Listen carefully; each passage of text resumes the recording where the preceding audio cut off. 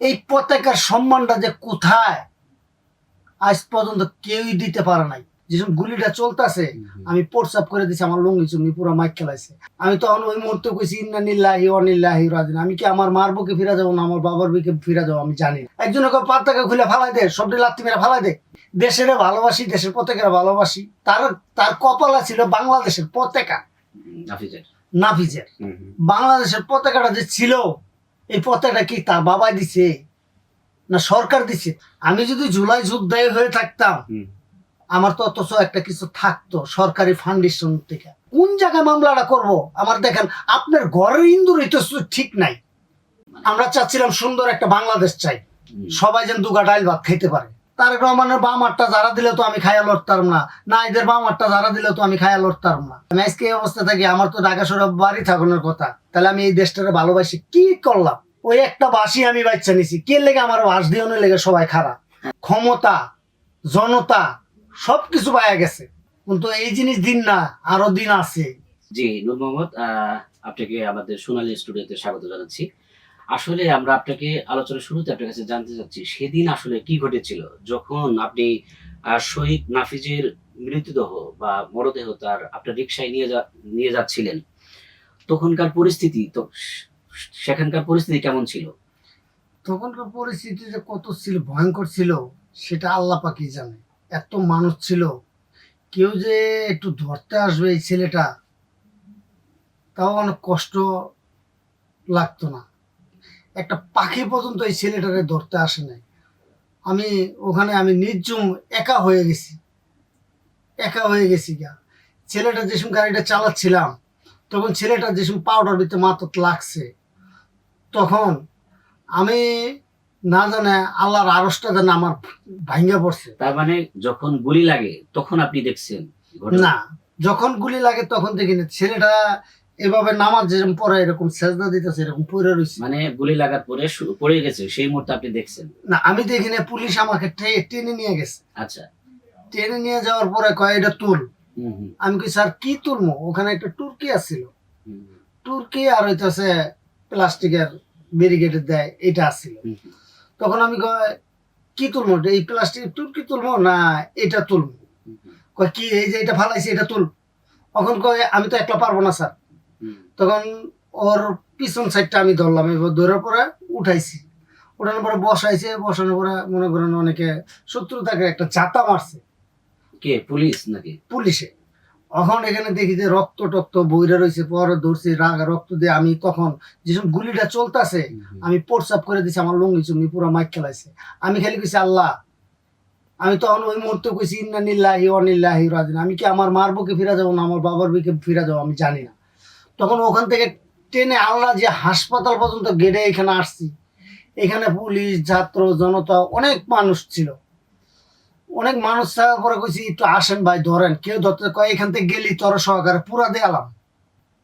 আচ্ছা, আমরা ওখানে যাচ্ছি তার আগে এই যে মানে কঠিন একটা পরিস্থিতির মধ্যে আপনি রিকশায় করে তাকে নিয়ে হসপিটালে যাচ্ছেন, মানে তখন আপনার কাছে ভয় লাগে নাই? ভাই আপনারা তো বললাম আমি তখন প্রস্রাব করে দিছি, লুঙ্গি বন্ধ, ভয়ে প্রস্রাব করে দিছি, ভয়ে প্রস্রাব করে দিছি। তৃতীয় কথা আমি ইন্না নিল্লাহি ওয়া নিল্লাহি রাজিউন পড়ে ফেলাইছি। আপনারা বুঝতে পারেন না আমি কি আমার মার বুকে ফিরে যাবো না আমার বাবার বুকে ফিরে যাবো সেটা আমি জানি না। ওই মুহূর্তে এত মানুষ ছিল, এই মানুষটি আমি কোথায় কখনো এরকম মানুষ দেখিনি। একটা পাখি যদি আসতে পারতো এই ছেলেটাকে ধরতো আমি একটু সাহস পাইতাম। আচ্ছা, যখন আপনি হসপিটালে নিয়ে গেলেন, নিয়ে যাওয়ার পরে আপনাকে আপনি নিজেই কি হসপিটালে নিয়ে গেছেন নাকি কারা? আমি নিজেই হাসপাতালে নিয়ে গেছি একা, মানে রিস্কা রেখে। রিস্কার ভিতরে লাশ অলরেডি শুয়ে রয়েছে। অনেক মানুষ খালি চায় তামসা দেখছে, যেন সার্কাস খেলা দেখতেছে। এখানে রক্ত কিন্তু পড়তেই আছে। তখন কি জীবিত ছিল? তখনও জীবিত ছিল না, ঠান্ডা হয়ে গেছে। পানি আর রক্ত এই দুইটা জিনিস ছিল। তো এইভাবে সেজদা দেওয়া পড়ে রয়েছে। তখন আমি কি বলবো? তখন এই হাসপাতালে গেটে যে আমি নিয়ে গেছি এত দূরত্বে গুলির মাঝখান থেকে, আমার কর্তব্য কি? আমার কর্তব্য তার গন্তব্যস্থানে পৌঁছায় দেওয়া। তাকে আমি মেডিকেলে নিয়ে গেছি, মেডিকেলে গেটে আমাকে সহকারে পুরা দেয়া ফেলায়। মানে এরকম হুমকি দিছে। আমি কি করব ওখানে? না, আপনি বিষয়টা হচ্ছে যখন আপনি লাশটা তুললেন নিয়ে যাচ্ছিলেন তখন আপনার মধ্যে কেমন অনুভূতি ছিল? আপনি তো চাইলে একটা রাস্তায় ফেলে দিয়ে আপনি চলে যেতে পারতেন, কিন্তু আপনি সেটা না করে হসপিটাল পর্যন্ত নিয়ে গেছেন, তখন আপনার মধ্যে কেমন অনুভূতি ছিল? তখন আল্লাহর তরফ থেকে একটা কেমন যেন একটা মায়া চলে আসলো, কারণ এটা আপনার ছেলে বয়সী একজন। মায়া চলে আসলো। তখন আমি দেখলাম এই দেশের পতাকা, বাংলাদেশের পতাকা মাথা বান্ধা কপালে, আচ্ছা আচ্ছা। কপালটা যে সঙ্গে গাড়ি চালাইছি কপালটার ভিতরে লাথি লাগছে। লাথি লাগার পরে আমি বলছি এটার ভিতরে কি আছে আমি দেখবো, কেন লাথি লাগলো। আমি ছেলেটার মায়া তো এখনো পর্যন্ত বলতে পারি না। আচ্ছা, কি জন্য বলতে পারি না, ওইটা ওই ছেলেটার মাথা কপালে বাঁধা ছিল বাংলাদেশের পতাকা। এই পতাকার সম্মানটা যে কোথায় আজ পর্যন্ত কেউই দিতে পারে নাই, কেউই দিতে পারে নাই। আমি তো দূরস্থান, আমি তো হলাম পচা পুডি মাছ। আপনারা বুকেট লাইনে নিয়ে আবার ছুঁড়া ফালায় দেন। এই দেশ, এটা দেশ না। মানুষের, গরিব মানুষের রক্ত চুষা খাবে, এটা জানা কথাই। আচ্ছা, যখন আপনি নাফিসকে নিয়ে হসপিটালে গেলেন তখন আপনার কাছ থেকে কি ডাক্তাররা নিয়ে গেল? ডাক্তার নিয়ে যায় না, আরেক অটোওয়ালার ডাক দিয়ে হাতে পায়ে ধরছি, ভাই একটু বাইচা থাকলে তো থাকলো, না থাকলে তো আর আমার কিছু বলা, আমি তো ডাক্তার না, ভাই একটু ইমার্জেন্সি লয়ে যা। পরে অটোওয়ালা শরৎদি গেছে, শরৎদি হাসপাতালে খুঁজা পাইছে আর মা বাপে। তখন আমি ওখান থেকে এই চক্ষু হাসপাতাল, এই যে ফার্মকে চক্ষু হাসপাতাল, এই চক্ষু হাসপাতাল পর্যন্ত একা টাইম নাই, চক্ষু হাসপাতাল থেকে দিয়ে দিছি, নিরিবিলি জায়গা ছিল, ওখানে সেনাবাহিনী আছিল। সেনাবাহিনী না বিমান বাহিনী না কে আমি জানি না, দূর থেকে করতে চাই আর ধরে ইমার্জেন্সি লয়ে যা। একজনে পাতাকে খুলে ফালাই দে, সবটি লাত্তি মেরে ফালাই দে। এখন ওখানে এই যে রক্ত পরে উল্টাই দিলাম, আমার কই যে আমি প্রস্রাব করে দিছি, ওখানে কোনাটা ভিতরে লেবুর শরবত বেছে, এই গ্লাস দিয়া আমি ওই রক্তটি ধুয়ে ফেলাইছি, যেন কেউ পাড়া দিলে তো মনে করেন আরো ছড়ায় ভরা যাবে। তখন ওই কোনাটাতেই আমি এক গ্লাস পানি কিনছি 10 টাকা দিয়ে, 10 টাকা দিয়ে পানি কিনে আমি পানিটা রক্তটা তো ধুইছি। ধোয়ার পর আমি ফার্মকে তেস্তুরি বাজার বড় মসজিদের সামনে আইসি। আসার পরে আমার এক খ্রিস্টান দাদা আছে, ওকে বললাম দাদা এই কাহিনী, আপনি এবার কাঁদতেছেন, আপনি লুঙ্গি সুঙ্গি এরকম ভিজাকে মোতা, আপনি বাসায় যান, বাসায় গোসল টোসল করে একটু নাহলে আমার এখানে বসেন। একটু বসি, বসার পরে একটু নির্জন বইয়া একলা স্তব্ধ হয়ে গেছি গা। আমি কে কি কইতাছে আমার ভিতরটা কান্দা, আমি কেউ ভাষায় কেউ বলতে পারতাছি না, কারে বলবো, বললে আমার লাভটা কি, আমার লাভটা কি। সেজন্যই দেশের ভালোবাসি, দেশের পতাকার ভালোবাসি।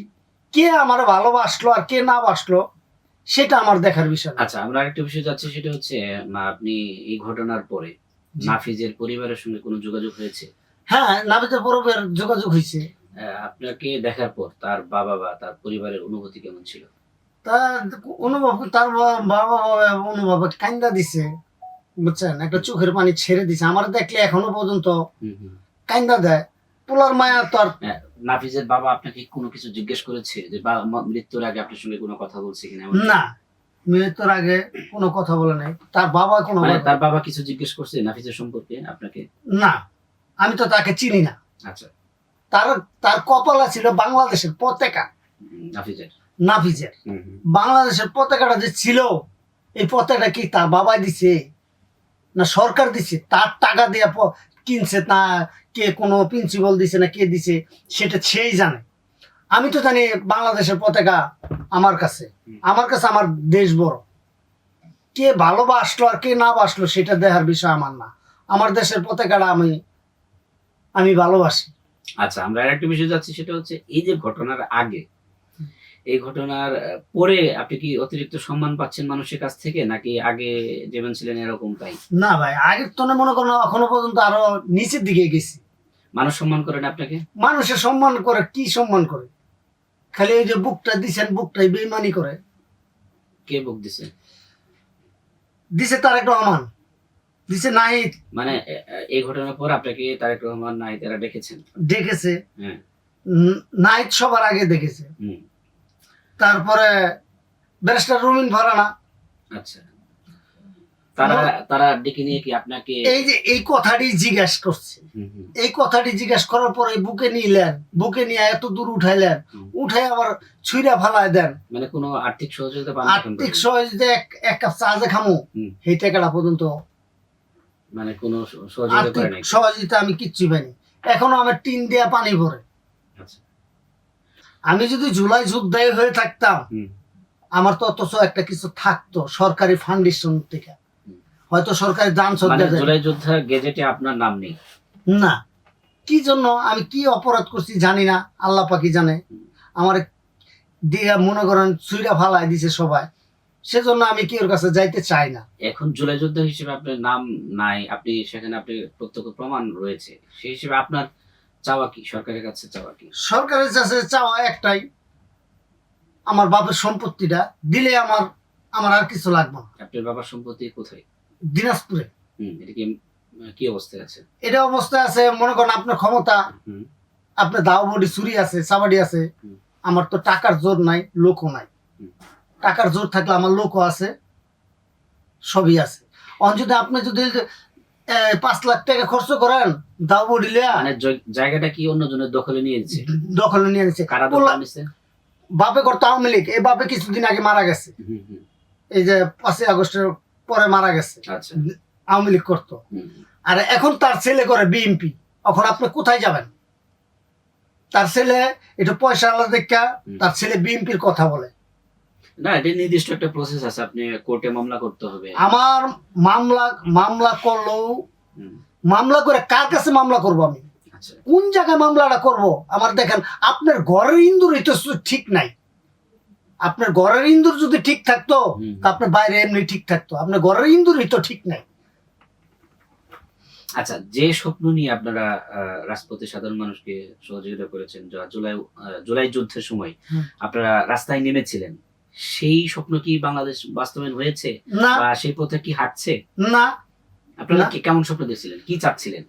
আমরা চাচ্ছিলাম সুন্দর একটা বাংলাদেশ চাই, সবাই যেন দুগা ডাইল ভাত খাইতে পারে, গরিব মানুষ হিসাবে। এখন কি না খেয়ে আছে কেউ?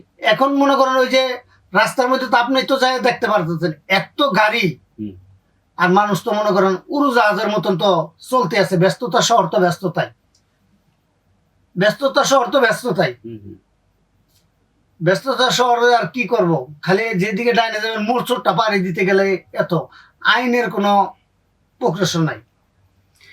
আচ্ছা, একজন আপনি জুলাই যোদ্ধা হিসেবে, যদিও আপনাকে সরকার জুলাই যোদ্ধা হিসেবে স্বীকৃতি দেয়নি, আপনি জুলাই যুদ্ধে ভূমিকা রেখেছেন, অবশ্যই আপনি জুলাই যোদ্ধা। একজন জুলাই যোদ্ধা হিসেবে একজন সাধারণ মানুষের উদ্দেশ্যে আপনি কি বলবেন? সাধারণ মানুষের উপরে যেন আমার দরকার, সাধারণ মানুষ যেন দুগা ডাইল ভাত খেয়ে বাঁচতে পারে, চিরস্থাল কেউ বাচ্চা থাকে না। এখানে এখানে মনে করেন খালেদা জিয়াও দেশ চালাইছে, শেখ হাসিনাও দেশ চালাইছে, এরশাদও দেশ চালাইছে, এরা তো আর নাই, মুরব্বী নাই, জিয়ার রহমানও তো নাই, বঙ্গবন্ধু নাই। তাগর টাইম না তো মাটির তলে যারা গেছে, তাগর টাইম না তো আর এই প্রজন্মের তো লাভ নাই আছে। আপনি কিভাবে সরকার বইছেন, কিভাবে দেশ চালাবেন, সেটা আপনার নলেজটা থাকবে। কিন্তু তাদের অনুযায়ী যদি নেন তাহলে কিন্তু আরো ভয়ঙ্কর হবে। তারা কিন্তু নাই, তারা কিন্তু বক্তব্য দিছে, দেয় নাই, এই দিছে, তারা তো মাটির তলে যায়, তো হাড্ডিও পাবো না। তাহলে জিয়ার রহমানের মতন কি তারেক রহমান হইব? খালেদা জিয়ার মতন কি তারেক রহমান হইব? না, তারেক রহমানের মতন কি আমি হবো? আচ্ছা, এখন আপনার কাছে একটু জানতে চাই যে আপনার কাছে কি মনে হয়, আওয়ামী লীগ সরকার ভালো ছিল নাকি মাঝখানে অন্তর্বর্তী সরকার ভালো ছিল নাকি এখন বিএনপি সরকার ভালো আছে? ভাই এখন মানে তুলনামূলক বিশ্লেষণ চাই। তুলনামূলক বুঝতো না কি, যে ক্ষমতা পায় সেই মনে করেন রাজার ডিম পায়, যে ক্ষমতা পায় সেই রাজকমল বাস করতে চায়। আমরা ক্ষমতাও চাই না, রাজকমল পাই না, হেরা করব। কিন্তু আমার যতটুকু কর্তব্য আমি করে যাবো। আপনার কাছে দেশের মানুষ যে আওয়ামী লীগ সরকার ভালো ছিল নাকি এখন বিএনপি সরকার ভালো, কোনটা? এখন মনে করেন আওয়ামী লীগ সরকারের আমলে চা খাইছিলাম 5 টাকা, এখন চা খাই 10 টাকা, পান খাই 10 টাকা দেয়া। আওয়ামী লীগ সরকার থাকতে খাইছিলাম 5 টাকা দেয়া, এখন খাই পান খাই একটা 10 টাকা দেয়া। ইনকামও তো বাড়ছে। ইনকাম কোথায় বলবো? আগে মানুষ ইনকাম করছে 500 টাকা, এখন 1000 টাকা ইনকাম করে। না, আগে যদি বাংলা গাড়ি চালাইতাম আদাবালা, তাও মনে করেন 1000-1500 টাকা ঘরে লইয়া যেতাম, বউ পোলাপান নিয়ে খাইতে পারতাম। এখন মনে করেন সারাদিনে 1000 টাকা ইনকাম কোথায় করি? আমার বাংলা গাড়ি। আপনি কি পায়ে রিক্সা চালান? পায়ে রিক্সা চালাই। আচ্ছা, পায়ে রিক্সা যে আপনি কত টাকা ইনকাম হয় মাসে? এটা মাসে মনে করেন ডেলি ইনকাম হয়, মনে করেন সারাদিন গাড়ি চালাইলে রাইতে 12টা পর্যন্ত, আগে চালাইতাম রাইতে 12টা পর্যন্ত, মনে করেন 2,000-3,000 টাকা কামাইতাম। এখন মনে করেন সারাদিন গাড়ি চালাইলে মনে করেন 500-1,000 টাকা, সারাদিন গরুর মতন খাইটা আচ্ছা আচ্ছা। এই সে। আপনি ভাই রিক্সা বাদ দিয়ে অটো রিক্সা চালান না কেন? আমার ভালো লাগে না। অটো রিক্সা হইতেছে ইঞ্জিনের গাড়ি, তো এটা মনে হয় ফুরুত করে দৌড় মারে, আরেকদিকে মানুষের গায়ে ওঠে। আর পায়ের রিক্সাটার সময়টা একটু বেশি লাগে, ও অনুভব করতে পারে কষ্টের জীবনটা কি, বুঝতে পারে কষ্টটা কি, এটা সবাই বুঝতে পারে। আচ্ছা, তো আপনার বর্তমান অবস্থা কেমন একটু যদি জান? আমার বর্তমান অবস্থা, আমার দিকে কেউ খেয়াল রাখেন, এটা সোজা কথা। সবাই ভুলে গেছে। সবাই ভুলে গেছে, খাতা পৃষ্ঠা উল্টে গেছে। যখন অন্তর্বর্তী সরকার ছিল তখন এনসিপি বা অন্তর্বর্তী সরকার থেকে আপনার সঙ্গে কেউ যোগাযোগ করেছে? না, অন্তর্বর্তী সরকার বলেন, তারপরে এনসিপি বলেন, বিএনপি বলেন, কেউই আমার পাশে আসেনি, কেউই আমার পাশে খাড়ায় নাই। এই পোলাটারে দেখে রাখো, কি একবেলা 1 কেজি চাল দিয়া গেল অমুক লোকে, অমুক মন্ত্রী, অমুক প্রেসিডেন্ট। আর তারেক রহমানের বাম হাতটা যারা দিলে তো আমি খাইয়া লড়তাম না, না এদের বাম হাতটা যারা দিলে তো আমি খাইয়া লড়তাম না। তারা কি আপনাকে সহযোগিতা করে নাই? সহযোগিতা করলে কি আর আমি আজকে এই অবস্থায় থাকি? আচ্ছা আচ্ছা। আমি আজকে এই অবস্থায় থাকি, আমার তো ঢাকা শহরে বাড়ি থাকানোর কথা। তাহলে আমি এই দেশটারে ভালোবাসি কি করলাম? কি করলাম?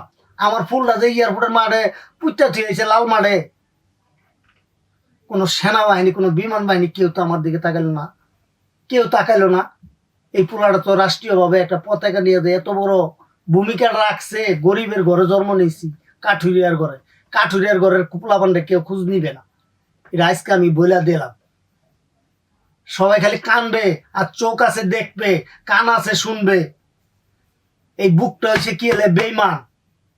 আজকে আমি এই কথাটা বইলা গেলাম এই স্টোরে। এই বুকটা কেন নিবে আর কেন ছুঁড়া ফালাই দিবে? বড় ভাই হিসাবে, বাইস্তা হিসাবে বুকে নিয়া তুমি ছুঁড়া ফালাই দাও। তোমরা কেন তোমার বুকে? আপনাকে তারা ডেকে নিয়ে হ্যান্ডশেক করছে, বুকে নিছে, কিন্তু এখন পর্যন্ত আপনি জুলাই যুদ্ধের যে তালিকা হয়েছে, গেজেট হয়েছে, সেখানে তালিকাভুক্ত হননি। আমি তালিকাভুক্ত মানে হয়েছি কি না হয়েছি সেটা আমি জানি না, ঠিক আছে। আমাকে মনে কর নগর ভবন থেকে শুরু করে বাংলাদেশের এই প্রান্ত থেকে এই বড় বড় জায়গাতে নিয়ে গেছে, আমি তো যাইতে চাই না। কে নিয়ে গেছে? এই যে সাংবাদিক যারা শক্তিমান আছে তারাই কিন্তু লেগে গেছে। আমি কিভাবে কার কাছে চাবো, কার কাছে জিনিসটা চাবো? ভাই এই জিনিসটা আমার দেন। সরকারের কাছে যেতে হবে। সরকারের কাছে কিভাবে চাবো? আপনার আবেদন থাকলে আমার কথা শুনুন। আমি যত রিক্সা চালাই, আপনারা সবাই জানেন, বিশ্বের সবাই জানে আমি রিক্সা চালাই। তাহলে অতএব আপনাকে জ্ঞানের দরকার।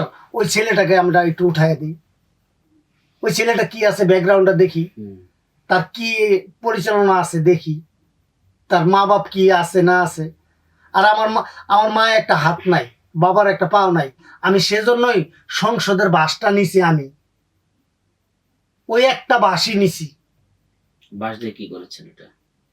ওই একটা বাসই আমি বাচ্চা নিছি। কে লেগে আমার বাস দিয়ে লেগে সবাই খারাপ। আচ্ছা, এর লেগে সংসদে বাসে একটা খাড়া থাকে না, ওই একটা বাস আমার যদি মরে গেলে দিলাম গা, ওই বাস আমি ছাড়বো। আচ্ছা, মরে গেলে যাবো গা। আচ্ছা, 36শে জুলাই যখন শেখ হাসিনা পালিয়ে গেল ভারতে, সেদিন আপনার ভূমিকা কি ছিল? কোথায় ছিল? শেখ হাসিনা যেদিনকে পালায় গেছে না কোথায় গেছে সেটা আমি জানি না। ওদিনকে যে সময় শেখ হাসিনা কয় পালায় গেছে গা, আপনি কোথায় ছিলেন তখন? আমি ফার্ম গেটে, ওই যে লাশ নিয়ে, ওই শেখ হাসিনা পালায় গেছে তো, যে কইছে শেখ হাসিনা পালায় গেছে সবটি হুড়মুড়ায় মনে করেন গণভবনের দিকে ছুটছে। গণভবনের দিকে ছুটছে, তখন আমি ওই লাশ লেয়া ওই যে চক্ষু হাসপাতাল, চক্ষু হাসপাতাল খামার বাড়ির মোড়ে, এই চক্ষু হাসপাতাল পর্যন্ত আইছি। আমি ওখানে আইসা আমি নিচে পড়ে গেছি গা, পড়ে যায় আমি ওখানে আধা ঘন্টা 10 মিনিট ওখানে অপেক্ষা করছি। কার জন্য? আমার নিজেরটা নিজে ভাবতাছি একা কি করবো লাশ নিয়ে। আমি লাশ নিয়ে না, লাশটা তো আমি অটো রিক্সাতে পাঠাই দিছি শরৎ দি। আমি ওখানে একটা গাছের নিচে আমি নির্জম ভাবে প্রসাব করছি, রক্ত মুক্ত ভরছে, অন্যনা আমার হাতে রক্ত। পরে যে সময় আমি হাতটা এরকম মুছা দিছি, কিরে আমার গালের রক্ত পরে, ওখান থেকে হাতে রক্ত। এই রক্ত দেখা আমার কলজাটা কেরম যে লাগছে এটা একমাত্র ওই উপরওয়ালাই জানে। ওই উপরওয়ালা ছাড়া যত মানুষ আছে কোনো একটা এই যে এত বড় বড় সংসদে বড় বড় কথা কয় ওই টাইমে কোথায় ছিল এই ছেলেটা যে একটা মানুষ যে ধরবো এখন তো নেতা কর্মীর অভাব নাই, প্রত্যেক ঘরে ঘরে মন্ত্রী, প্রত্যেক ঘরে ঘরে প্রেসিডেন্ট, আচ্ছা কিন্তু ওই টাইমে তো কেউ ছিল না এই ছেলেটার পাশে একটু যে ধরবো ধরে যে ছেলেটার একটু বসবো কেউ তো পাশে ছিল না। আর আজকা সবাই ক্ষমতা জনতা সবকিছু পাওয়া গেছে, সবকিছু পাওয়া গেছে যেন পাওয়া গেছে, কিন্তু এই জিনিস দিন না আরো দিন আছে, এই দিন না আরো দিন আছে। দর্শক, এই ছিল আজকের আয়োজন। এতক্ষণ আমাদের সঙ্গে থাকার জন্য আপনাদের ধন্যবাদ জানাচ্ছি। আমরা শুনছিলাম সেই অকুতোভয় নূর মোহাম্মদের গল্প, যিনি একটি রিক্সা করে শহীদ নাফিজের মরদেহ হসপিটাল পর্যন্ত পৌঁছে দিয়েছেন। এত ঝড়ঝাপটার মধ্যেও তিনি সাহস করে রিক্সা করে তিনি হসপিটাল পর্যন্ত তার লাশটি নিয়ে গেছেন। তার গল্প এতক্ষণ শুনলাম। আমরা তার কাছে গল্প শুনে এটুকুই এখন বুঝতে পারলাম যে এখনো অনেক জুলাই যোদ্ধা রয়েছেন যারা গ্যাজেট এবং জুলাই যোদ্ধাদের তালিকায় অন্তর্ভুক্ত হয়নি। তারা শিক্ষার অভাবে হোক বা কোথায় যোগাযোগ করতে হবে সেটাও এখন জানেন না, বিধায় তারা এই জুলাই যোদ্ধার তালিকা থেকে বাদ পড়েছেন।